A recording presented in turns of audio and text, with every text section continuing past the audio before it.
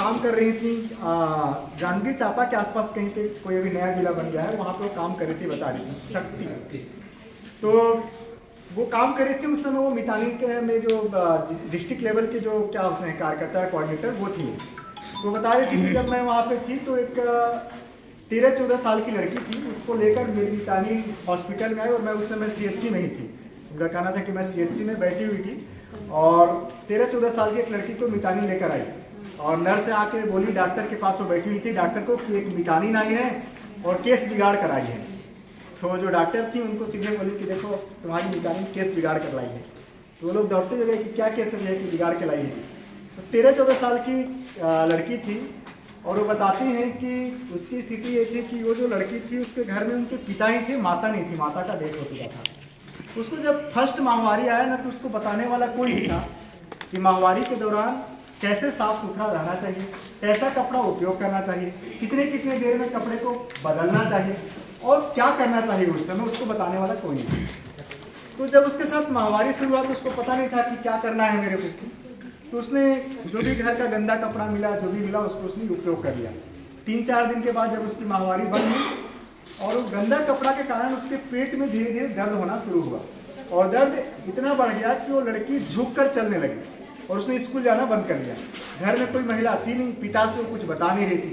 जब वो स्कूल जाना बंद कर दी, खाना पीना बंद कर दी, तो उसके पिता ने मितानी को कहा कि आप एक बार मेरी बेटी से बात करो कि क्या हो गया उसको, सोती है आजकल, ज़्यादा झुक कर चलती है और कुछ बता नहीं रही है। तो मितानी 1-2 बार 3 बार 4 बार जब बहुत कोशिश की तो लड़की ने सारा चीज़ बताया उसको। और फिर मितानी ने उसको उठा कर जब CHC ले गई तो वो जो हमारे यहाँ यूनिसेफ की जो कोऑर्डिनेटर है वो बताती हैं कि डिलीवरी का जो टेबल होता है वहाँ पर डॉक्टर ने उस लड़की को लिटाया और उसके योनि से एक एक करके 23 कीड़े निकाले। तो आप सोचिए कि यदि वो लड़की को सही समय पे हॉस्पिटल नहीं पहुंचाया गया होता तो शायद कैंसर से ग्रसित हो जाती, कभी माँ भी नहीं बन पाती। तो कई सारी ऐसी छोटी छोटी दिक्कतें हैं जो नहीं पता होता है और छोटे छोटे चीज़ों को ना हम नज़रअंदाज कर देते हैं। जैसे मैं बता रहा था अभी वाइट डिस्चार्ज बहुत ज़्यादा हो रहा है, ब्लडिंग बहुत ज़्यादा हो रही है, लेकिन उसको मायने नहीं करते क्योंकि 4-5 दिन तो हमारे साथ महीने में होना है, तो क्यों इस पर कोई बात कर रहे हैं, क्यों परेशानी, हम लोग समझना कि परेशानी हो रही है। लेकिन उससे आपके शरीर के कई ऐसे मिनरल्स हैं, कई ऐसे होती हैं जो बाहर चल जा रहे हैं शरीर से। तो जब भी जा रहे हैं तो उसके लिए वैसा खाना भी है, हमको वैसा पोषण भी लेना है। तो एक पम्पलेट अभी आप लोगों को दिया हुआ होगा, उसमें काफ़ी चीज़ बताया गया है कि किस विटामिन के लिए क्या चीज़ आप खाएं। उसके लिए आपको मार्केट में जाने की जरूरत नहीं है। सरगुजा में बहुत सारे ऐसे हमारे यहाँ साग सब्जियाँ हैं जो कि हमारे घरों पे उपलब्ध हैं और हम लोग खा पी कर बहुत अच्छे से रह सकते हैं। तो ये एक जागरूकता का विषय है कि हम लोगों को आपस में ना इसको बातचीत करना है। यदि हम हमारे घर में महिलाएं हैं तो महिलाओं से भी इस पर चर्चा करें, बेटी हैं तो बेटी को भी बताएं इस चीज़ को लेकर, ताकि आगे आने वाली जो पीढ़ी है ना उसमें ये चीज़ ना हो कि माहवारी को लेकर जो चर्चा है उसको चर्चा करने से सीखते हैं। और मेरा तो कहना है कि इस विषय पर ना पुरुष ज़्यादा बात करें। अब इसका कारण क्या है ये बताता हूँ मैं। एक आंकड़ा है जो मैं बता रहा था, एक ऐसा ही आंकड़ा है जो आंकड़ा कहता है आज से जब 2014 में लगभग 10 साल पहले जब हम लोगों ने इस काम को शुरू किया था उस समय आंकड़ा ये था कि पूरी देश की जो आबादी है, आबादी में 50% महिलाएं, मान लीजिए कि 100 करोड़ की आबादी उस समय भी होगी तो 50 करोड़ महिलाएं होंगी। तो 50 करोड़ की महिलाओं में केवल 12% महिलाएं ऐसी थी जो सैनिटरी पैड उपयोग करती थी, केवल 12%। 88% कपड़े उपयोग करते थे। और वो कैसे कपड़े उपयोग कर रहे हैं? जो गंदा कपड़ा घर का मिला उसको उपयोग कर रहे हैं, क्योंकि सबको पता नहीं कि हमको कैसा कपड़ा उपयोग करना है। हम लोग गाँव में जब काम करने निकले 2014 में तो सरगुजा जिले के कई गाँव में हम लोग जो पिछड़े क्षेत्र हैं जहाँ बोला जाता है बहुत विहीन क्षेत्र हैं, ऐसे जगहों पर हम लोगों ने काम किया। तो कई जगह की स्थिति ऐसी भी रही है कि आप लोग भी उस चीज़ को देखे होंगे। जब हम लोग पढ़ाई करते थे, जब प्राथमिक और मिडिल में थे, तो गाँव की स्थिति उस समय ऐसी होती थी कि एक कपड़ा या 2 कपड़ा रहता था और उसको सालों तक चला लेते थे। और खासकर ग्रामीण क्षेत्रों में जो पुरुष होते थे वो लुंगी अधिकतर पहनते थे, गंजी तो बहुत ज़्यादा मैं देखता नहीं था कि पहनते थे उस समय।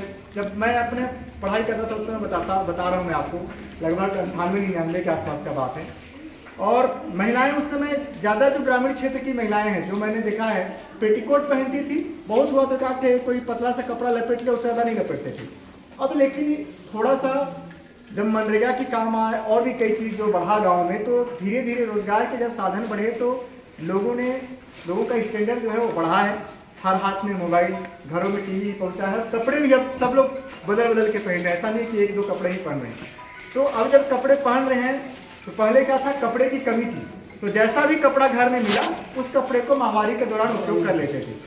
तो होता क्या था, जब हम लोग गाँव में बैठते थे तो गाँव में, आज भी कई गाँव में बैठते हैं तो महिलाएं लड़कियाँ बताती हैं कि कपड़े को उपयोग करने के बाद उसको धोए कहीं छुपा के, और उसको कहीं अंधेरे कमरे में छुपा के सुखा दिए, या कहीं पेड़ के नीचे, कहीं झाड़ी के नीचे, मतलब किसी पुरुष के नज़र से, किसी महिला भी बोले कि उसके नज़र से बच के रहे, उस कपड़े को छुपा के ही सुखाना है, छुपा के ही रखना है। होता है ऐसा, सही बोल रहा हूँ मैं? तो जब इस विषय पे बातचीत करने लगे सारा चीज़, तो मैं उदाहरण बता रहा हूँ आपको कि अभी हम लोग यदि यहाँ से बाहर निकले और मैं इस टी शर्ट को पहना हूँ, पानी आ जाए और मेरा टी शर्ट भीग गया, और मैं ले जाके इसको यहाँ ला के इस कमरे में कहीं कोने में सुखा दूँ, और कल जब दोबारा इस कपड़े के पास लौटूंगा तो इसमें दुर्गंध तो मारेगा कपड़े में, क्योंकि गिल्ला हुआ था, और दुर्गंध के साथ साथ इसमें काला छोटा छोटे धब्बे भी आ जाते हैं।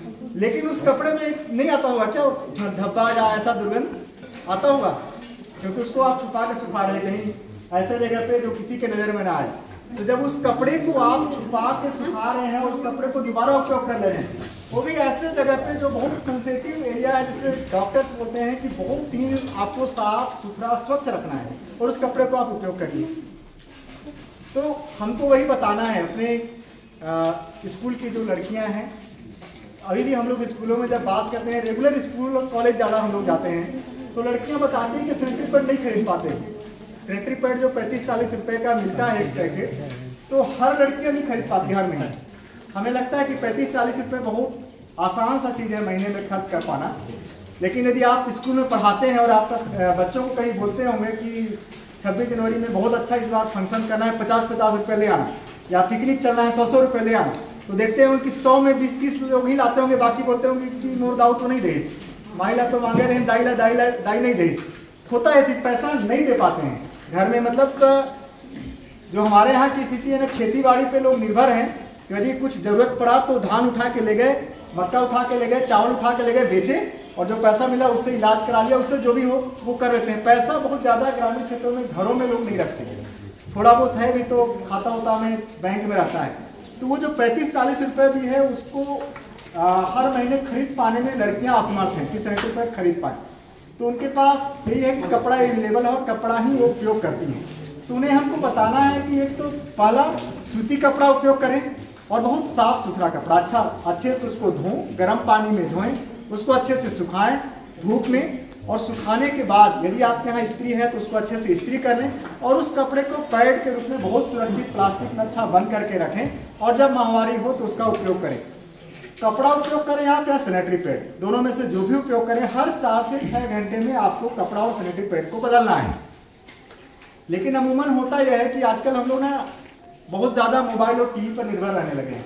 तो टीवी और मोबाइल में हम लोगों के पास विज्ञापन आता है, ये इतना अच्छा सैनिटरी पैड है कि 24 घंटे अच्छा चलता है, ये क्या एक्सल और क्या क्या बहुत सारा उसमें बताते हैं, हम लोग खूबियाँ बताते हैं, हीरोइन आते हैं और बताते हैं ये इतना अच्छा है कि 48 घंटे 24 घंटे चलता है, इसको एक बार उपयोग करो, कर चले जाओ काम पे, चले जाओ स्कूल, खेलने चले जाओ, कोई दिक्कत नहीं होना है। लेकिन हाँ, लेकिन आपको हर 4 से 6 घंटे में उसको बदलना है। और हो सकता है कि मैं कई चीज़ आपको यहाँ पे आके लग रहा हो कि भाषण दे रहा है, झूठ बोल रहा है, सबके पास मैं बोल रहा हूँ कि हम हर कोई आजकल मोबाइल और टीवी कंप्यूटर इस पर निर्भर हो गए हैं। तो आप सारे चीज़ सर्च करिए, मोबाइल पर पढ़िए, देखिए कि क्या चीज़ है, या सही है, गलत है, बोल के गए ऐसे ही बोले या क्या चीज़ है। तो आप इसको देखेंगे ना कि महिलाएं या लड़कियां जो भी हैं, स्कूल की महिलाएं हैं, कामकाजी महिलाएं हैं, यदि सैनिटरी पैड उपयोग कर रही हैं तो सैनिटरी पैड 4-6 घंटे में नहीं बदल पा रही है, 12 घंटे 24 घंटे तक उसको लगातार उपयोग कर रही है। तो उसके कारण भी उनको काफ़ी दिक्कतें हो रही हैं। और यही कारण है कि आप देखे होंगे कि गवर्नमेंट धीरे धीरे इस चीज़ को महिलाओं को और लड़कियों को जागरूक करने के लिए जो ऐसे भीड़ भाड़ वाले स्थल हैं या जो ऑफिस हैं या ऐसे स्कूल कॉलेज है, वहाँ पर सैनिटरी पैड की वेंडिंग मशीन और डिस्पोजल मशीन लगा रही है। ताकि उनको इजीली वहाँ से पैड मिल जाए और इजीली उसको चेंज भी कर सकें।